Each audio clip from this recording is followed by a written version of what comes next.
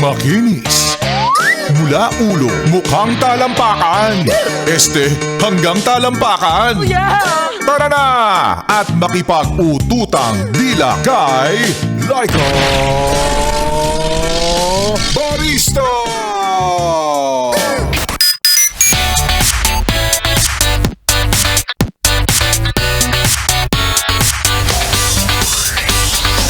Barista pa rin, yes friend, ang iyong kasama, kachismisan, kakwentuhan at kaututang dila rin hanggang sa mga oras po na ito at patuloy ka pa rin nakikinig dito sa iyong solid na paboritong kabanding ang 101.1 Yes FM. Kaya naman para sa iyo, yes friend, alam mo, wag ka nang magtampo.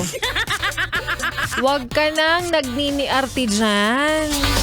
Alam mo, may pagtingin din naman siya sa'yo. Yun nga lang, parang sa mga oras na ito, ang pagtingin niya, nagdidilim.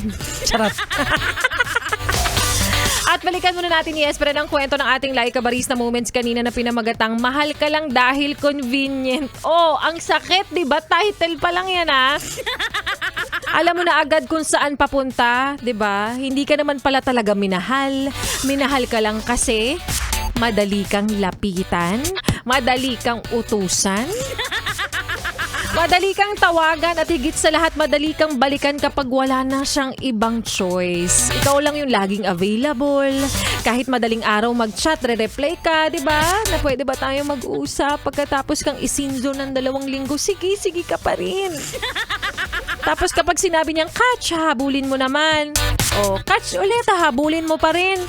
O, ano ka, golden retriever, B? Hindi, kasi minsan, yes, friend. Akala natin pagmamahal yon.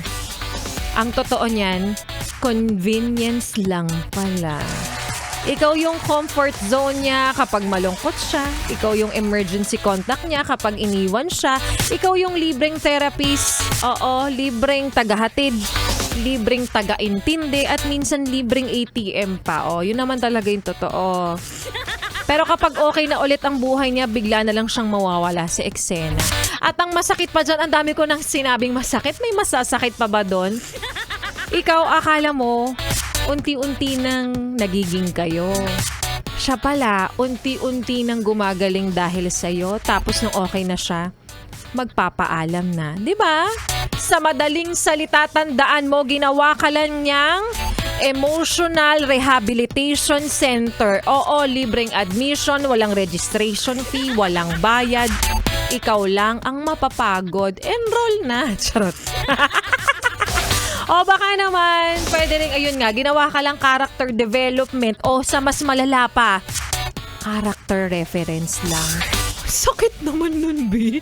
Character reference. Kaya yes, friends, sa susunod, huwag mo nang subukang saluhin ng mga taong nahuhulog kung plano lang pala nilang gawin kang panakip butas. Hindi lahat ng nangangailangan ay kailangan talaga ng pagmamahal. Hay, minsan sila yung mga taong hindi rin naman handang suklian ng iyong pagmamahal na ibinibigay. Kaya ang bottom line natin, yes, friend, bago mo ibigay ang puso mo, siguraduhin mong hindi ka lang pala convenient, kundi ikaw talaga ang pinili. Ha? At katangi-tangi sa kanyang puso. Kopya. Kopya ang kopya. Nag-aabang ka ng winner, no? Wala. Pahinga muna tayo for today. Abangan nyo mamaya sa programa ni Ganda Wanda kung sino ang kanyang papanalunin sa ating pera-pera lang yan na hatid sa atin. Siyempre, ng Charm Fabcon Purple Eternity by ACS. Kaya para sa mga yes pa rin kung patuloy na nakikinig ngayon, happy listening sa inyong lahat. Kaya naman may aalay akong kanta para sa'yo. Tamang-tama talaga. Na para bang sinasabi niya rito, hanggang dito na lang. Kaya dapat hindi ka na naghahangad ng sobra pa. Kasi ilang beses na niyang pinaparamdam na hanggang dito na lang. Pero ano, ikaw ay patuloy pa ring nagmamaang-maangan. At sinasabing hindi, baka naman kaya pa yan. Baka naman ang atensyon mo sa akin ay mabaling. Kaya naman here's, hanggang dito na lang. Dito pa rin sa iyong solid na paboritong kabanding ang 101.1 Yes FM. Susunod na ang programa ni Ganda Wanda. Dito sa 101.1 Yes FM. Solid.